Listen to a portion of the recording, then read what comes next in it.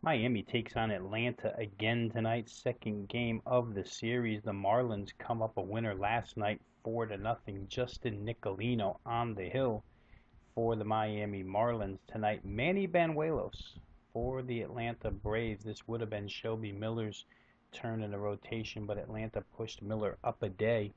Miller went out and did what Miller's done all season long last night through a tremendous 7 innings, came up with the same result he's come up with all season long. Now 19 consecutive starts by Shelby Miller without a victory. Just unbelievable when you consider the way that he has thrown this season, that he could go 19 starts without a win. But that's the way it's gone for him in tonight's contest with the two young left-handers. You're going to get an umpire situation here where maybe it benefits these two guys. Ben May, the home plate umpire here, he's at 16 assignments calling balls and strikes so far this season. Totals have gone 5 and 11, 11 unders in the 16 games called by Ben May. His starts or his home plate umpiring assignments have averaged 5.8 runs per game. Very low number. Nicolino and Banuelos may be able to benefit from that. Justin Nicolino, a guy who talked about him his last time out, doesn't throw overly hard, not overwhelming, but he's been rather successful thus far in his 30 innings pitched. Nicolino, or in his last 30 innings pitched, Nicolino has put up a 4.50 ERA, 137 whip, but I just don't know that that tells the whole story with this guy. He's been a real good find for the Miami Marlins as they've tossed him out there every fifth day now. His last game was against the Pittsburgh Pirates.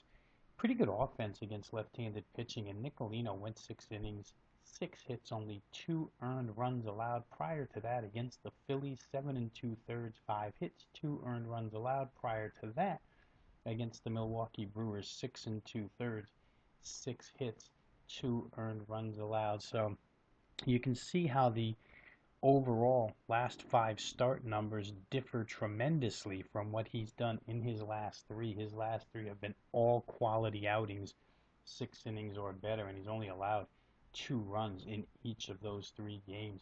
And in fact, his game whip over the course of those 3 games has been considerably lower than what it was his first three. So you can see he's getting accustomed to Major League Baseball here. Could capitalize on the umpire, could capitalize on an Atlanta Braves lineup, which has been abysmal during the course of this 1-13 stretch. 14 games, 13 losses posted by the Braves recently. They're scoring less than 3 runs per game. Advantage Nicolino. The Braves yesterday trade away Johnny Gomes to the Kansas City Royals. Just one more sign that Atlanta is certainly written off the 2015 season, and they're going to play youngsters down the stretch here. Miami, like I said yesterday, a little bit different approach because Giancarlo Stanton is going to be back in the lineup. Now it looks more and more like it's going to be Friday. I had previously thought it would be some point this weekend. It looks like it's going to be Friday, and Miami continues to play hard. Have to like him in this situation. Banuelos, he's a guy who tops out in the high 80s. He's going to be on somewhat of a pitch count here tonight. He had inflammation in his pitching elbow. That's what caused him to miss the last 37, 38 days here. He had made 4 starts before hitting the DL.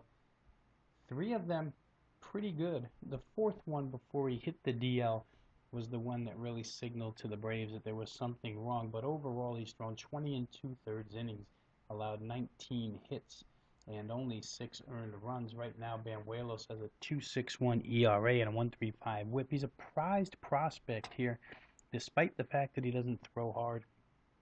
We'll see if he can confuse the Miami lineup a little bit here. Miami has not seen him, and normally seeing rookie left-handers or new left-handers for the first time can cause a lineup some trouble, but Miami has not been bad against left-handed pitching by any stretch. This is a 271 hitting team against left-handed pitching, 733 OPS.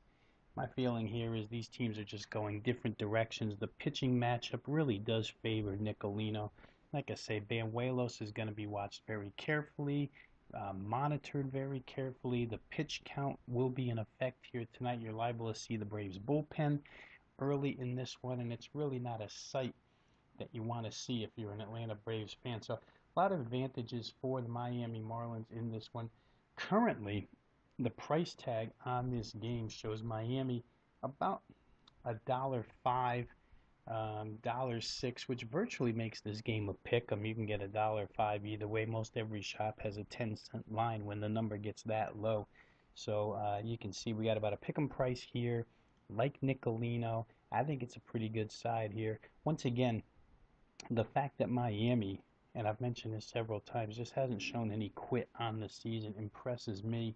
The total in this one right now sits about 8 minus 120. Some of that due to the umpire, I'm sure, because like I mentioned, Ben May has called some very low scoring games this year and has trended heavily towards the under.